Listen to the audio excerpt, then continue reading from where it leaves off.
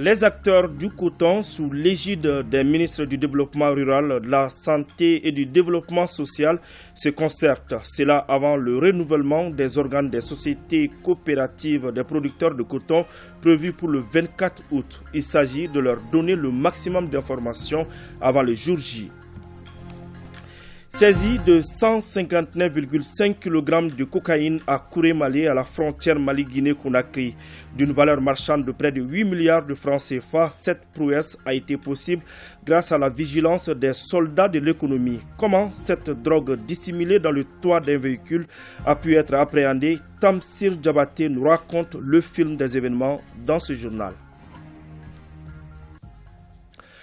Voilà pour le sommaire, ravi de vous retrouver. Bonjour à tous et bienvenue dans cette édition d'information. Début hier d'une rencontre avec les hommes de médias sur le renforcement du dialogue et la prévention des violences et conflits liés au processus politique et électoraux au Mali. L'objectif principal est d'engager une concertation avec eux, concertation qui leur permettra de comprendre et d'analyser les facteurs de risque que le Mali a connus durant les cycles électoraux. La rencontre est initiée par le PNUD en collaboration avec la Maison de la Presse. Mohamed Kantao nous fait le compte-rendu. À moins de 2 ans de la tenue des élections, des initiatives se multiplient pour permettre aux citoyens d'accomplir leurs devoirs civiques en toute quiétude. C'est dans cette optique que le PNUD a sollicité l'appui des médias maliens pour minimiser les conflits et violences en période électorale. Les citoyens attendent davantage de professionnalisme en bannissant dans ses rangs les mauvaises graines qui posent des obstacles au progrès de la presse malienne. Plusieurs communications sont au programme de cette table ronde sur le renforcement du dialogue et la prévention des conflits et violences liés au processus politique et électoraux.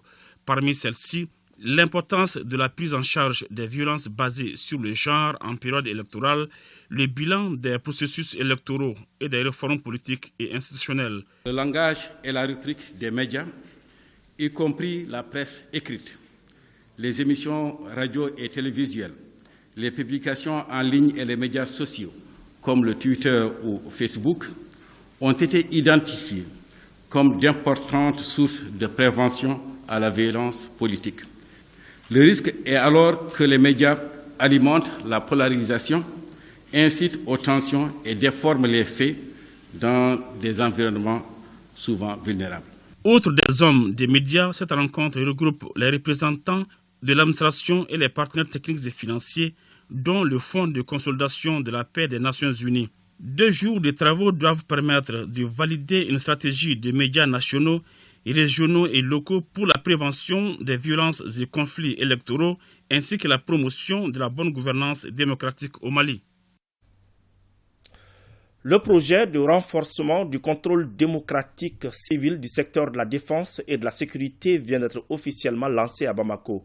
Il vise à promouvoir l'intégrité, la transparence et la redevabilité dans le secteur de la défense et de la sécurité. Il est mis en œuvre par CRI 2002 sur financement du Fonds des Nations Unies pour la démocratie à hauteur de 48 millions de francs CFA, nous dit Koumba Sissé. Dans un pays en guerre, un dialogue constructif est nécessaire entre les civils et les militaires.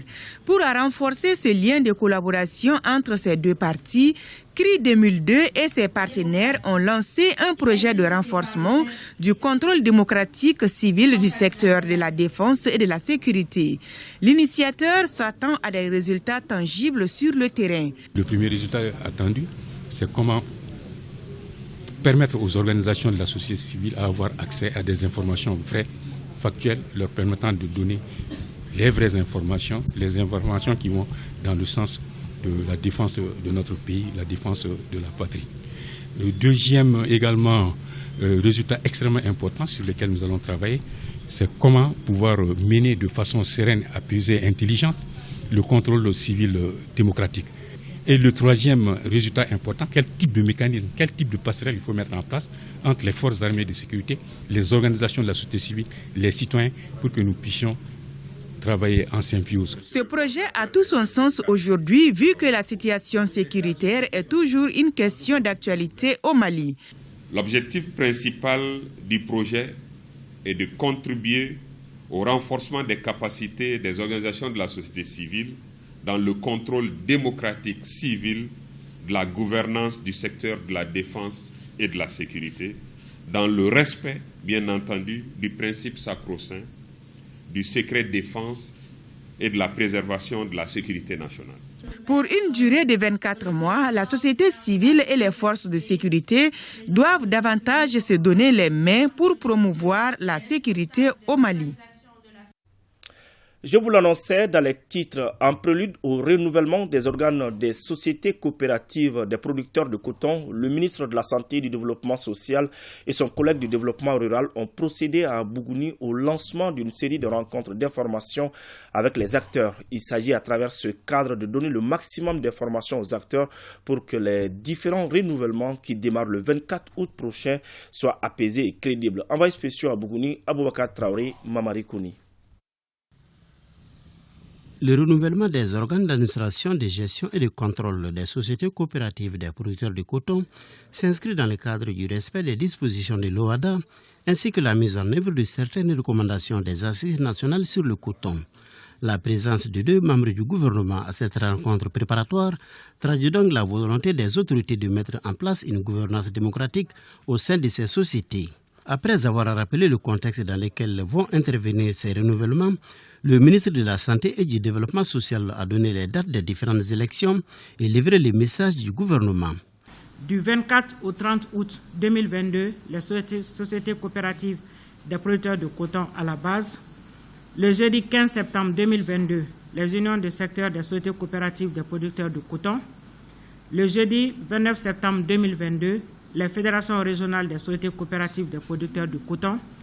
Le mardi 4 octobre 2022, la Confédération des sociétés coopératives des producteurs de coton. Tirant donc les leçons des difficultés rencontrées dans le renouvellement engagé en 2019, j'invite donc, au nom des plus hautes autorités, l'ensemble des acteurs de la filière à fédérer leurs efforts pour des renouvellements apaisés, crédibles, inclusifs et transparents, dont les résultats seront acceptés par tous. C'est dans l'union et la cohésion que les producteurs maliens pourront obtenir de bons résultats. C'est pourquoi le ministre du Développement rural attend beaucoup de ce processus. Sans l'entente, sans l'union, sans la cohésion, nous ne pouvons pas tirer meilleur parti de cette activité que vous menez. Nous ne souhaiterons plus que le secteur connaisse des crises liées à des problèmes de mise en place, d'organisation et autres. Pour sa part, le mandataire judiciaire a remercié le gouvernement pour les efforts consentis avant d'appeler les producteurs à aller voter. Tous sont invités, tous les producteurs de coton sont invités à aller s'inscrire dans les registres au niveau de leur coopérative pour pouvoir voter ou prétendre à un poste au niveau de leur bureau. Ensuite, et surtout, nous leur disons que nous leur rappelons à la paix, au calme. C'est la même famille. On peut avoir des points de vue discordants, mais ce n'est pas lieu de dire que la famille est totalement divisée. Avant de quitter Bougouni, le ministre de la Santé et du Développement social a rendu visite aux notabilités, occasion pour celles-ci de faire des bénédictions pour le Mali.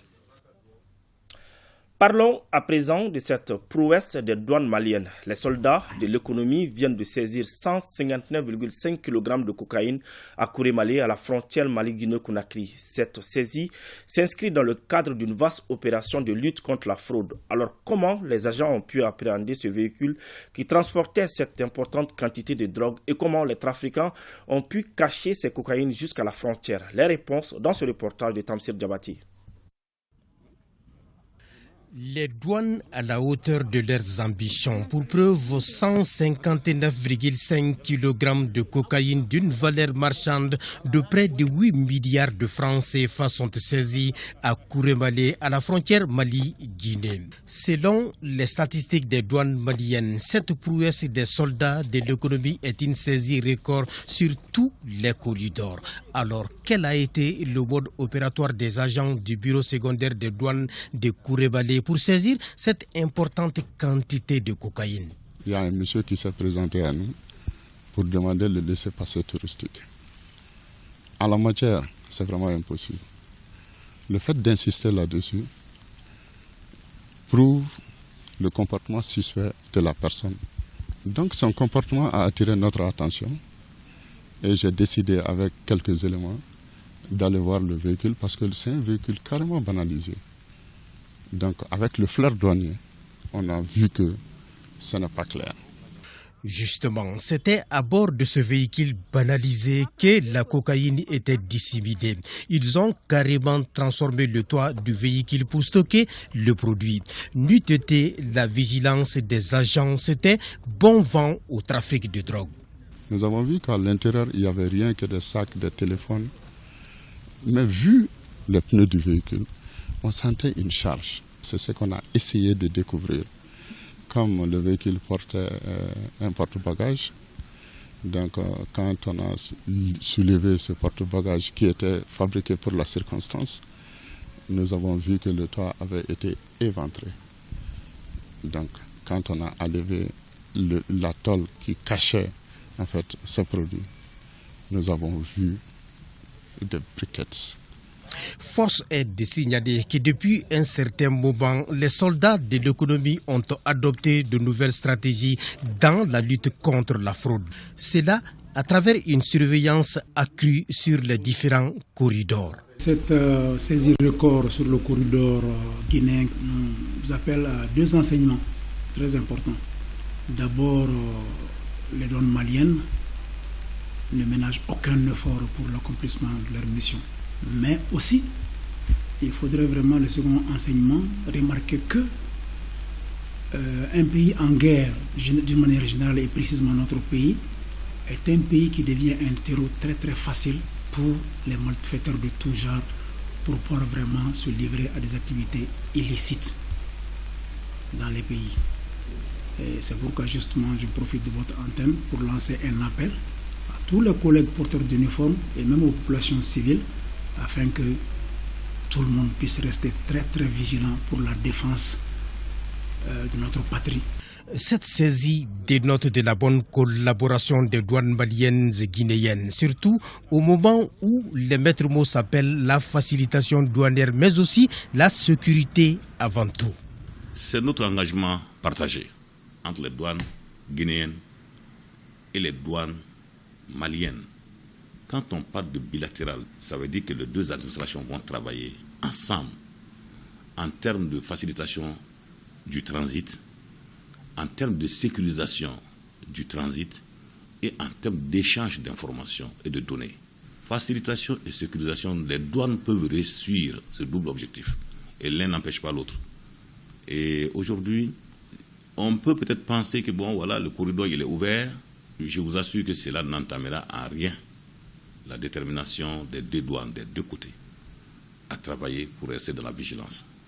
L'engagement et la détermination des agents de terrain de la direction régionale des douanes de Koulikoro sous le leadership de leur directeur, le lieutenant-colonel Mohamed Koulibaly, ont été salués et appréciés par la hiérarchie. À Sikasso, le ministre de l'Environnement, de l'Assainissement et du Développement durable lance la campagne régionale de reboisement 2022. Une campagne qui débute par la plantation de 106 pieds de ficus djeda pour l'embellissement de la rue 100 de Wayerma. Elle est placée sous le thème « Une seule terre, agissons ensemble ». Moustapha Doumbia revient sur cette cérémonie de lancement. C'est le ministre de l'Environnement, de l'Assainissement et du Développement durable qui a donné le coup d'envoi de cette campagne de reboisement 2022 de la région de Sikasso. Une campagne qui a débuté par la plantation de 106 pieds de ficus djeda pour l'embellissement de la rue 100 de Wayerma. La campagne prévoit des plantations et des sensibilisations dans la région forestière de Sikasso qui couvre les cercles de Sikasso, Kadjolo, Kolondjeba, Yanfolila et Yoroso. Cette année, nous avons changé de stratégie.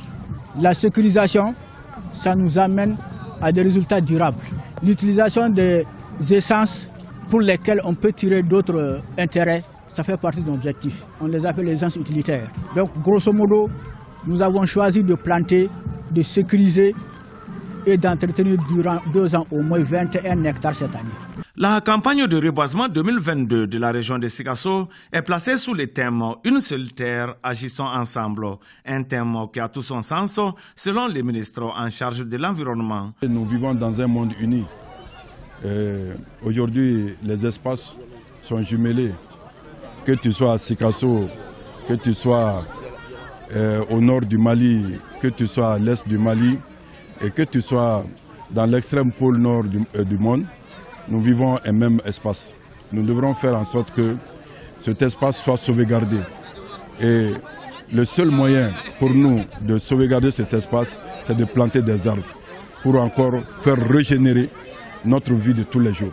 Le lancement de la campagne régionale de reboisement est marqué par un sketch de sensibilisation sur les conséquences de la coupe abusive du bois et l'importance du reboisement. Rappelons que l'objectif national de la 29e édition de la campagne de reboisement est la production de plus d'1 900 000 plants et le reboisement de 2329 hectares, dont 21 hectares sécurisés. De Sikasso, partons à Kayes pour parler des activités de la Journée internationale de la jeunesse, organisée par la Direction régionale de la jeunesse et des sports en collaboration avec le Conseil local des jeunes de Kayes. Ces activités s'inscrivent dans le cadre de la célébration de la Journée internationale de la jeunesse fêtée le 12 août de chaque année à travers le monde. Kabadjara nous en dit plus.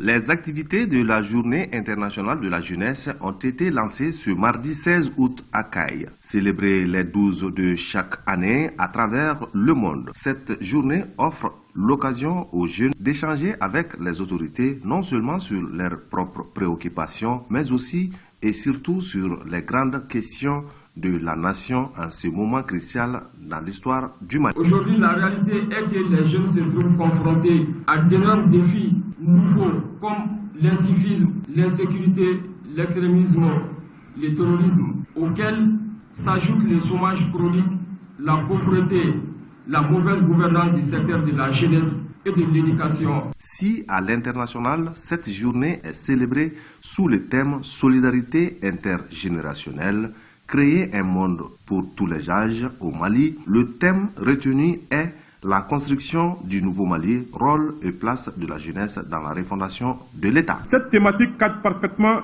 avec les réalités du moment. Par ce thème évocateur, les plus hautes autorités du pays accordent à la jeunesse un rôle de premier plan en faisant d'elle un rempart, le levier dans le processus de refondation et de construction du Mali courant. C'est pourquoi d'ailleurs, le président de la transition, son Excellence, le colonel Assimi Goïta, dans l'une de ses allocutions, disait, je cite, « Rappelez-vous, je suis jeune au même titre que vous. Si j'échoue, c'est toute la jeunesse malienne qui aura échoué. » Fin de citation. Une remise d'attestation des reconnaissances a constitué les temps forts de cette journée internationale de la jeunesse à la jeunesse. Intéressons-nous maintenant à cette cérémonie de remise du diplôme du master en pédagogie en sciences de la santé. Ils sont 5 bénéficiaires. Ces lauréats constituent la première promotion de ce master de l'Institut africain de formation en pédagogie, recherche et évaluation en sciences de la santé. Bemba Sibi pour le compte-rendu. L'importance de la pédagogie n'est pas d'apporter des révélations, mais de mettre sur la voie. Et 5 enseignants-chercheurs viennent d'emprunter ce chemin en obtenant leur master en pédagogie des sciences de la santé. Ils constituent la première promotion de ce master de l'IAPRES. C'est une fierté pour l'IAPRES parce que cette activité s'inscrit dans le cadre donc, des ODD pour le développement donc, humain au niveau de notre continent particulièrement. Et l'IAPRES s'est engagé dans la formation des compétences. Et c'est une ONG internationale qui a été accréditée au Mali, qui a été reconnue par le gouvernement du Mali et que le gouvernement du Mali soutient fermement, non seulement donnant un siège, mais aussi en finançant des activités de formation. Les 5 diplômés de ce master de l'Institut africain de formation en pédagogie, recherche et évaluation en sciences de la santé, IAPRES, s'engagent à utiliser pleinement les connaissances acquises au cours de cette formation. Nous tenons à vous rassurer que cette formation ne sera pas vaine, mais plutôt elle nous permettra de contribuer à l'amélioration de la qualité des prestations. Nous serons comptés sur votre accompagnement et l'engagement de tous nos formateurs pour un travail en réseau interdisciplinaire. L'IAPRES, qui existe depuis 2008, bénéficie de moins en moins de l'apport de bailleurs extérieurs. Sur ce point, le département de l'enseignement supérieur entend apporter son appui dans la mesure du possible. Dans la vie de l'IAPRES, l'avantage que nous avons, c'est que l'enseignement supérieur en tant que département n'est pas le seul partenaire. Le ministère de la Santé est un partenaire, le ministère des Affaires étrangères est un partenaire. Parce que, comme vous savez, cette organisation a une vocation qui dépasse ou qui transcende les frontières maliennes. Et donc, tout naturellement, le gouvernement du Mali va continuer de l'accompagner, comme ce fut le cas de Jaïap presque 20 ans. Et donc nous allons continuer parce que, encore une fois, comme nous le dites, c'est une organisation qui réussit à se réinventer. Ce master pour nous est une nouvelle façon aussi de voir l'IAFPRES et dans ce cadre-là, nous pensons que nous pouvons trouver des passerelles entre des structures déjà du département de l'enseignement supérieur et le travail qui est en train d'être fait au niveau de cette organisation. Pour rappel, l'IAPRES, en 14 ans d'existence, a formé plus de 400 médecins et pharmaciens du Mali et d'Afrique. Fin de ce journal. Merci de l'avoir suivi. Rendez-vous demain même heure, même plateau, Inch'Allah.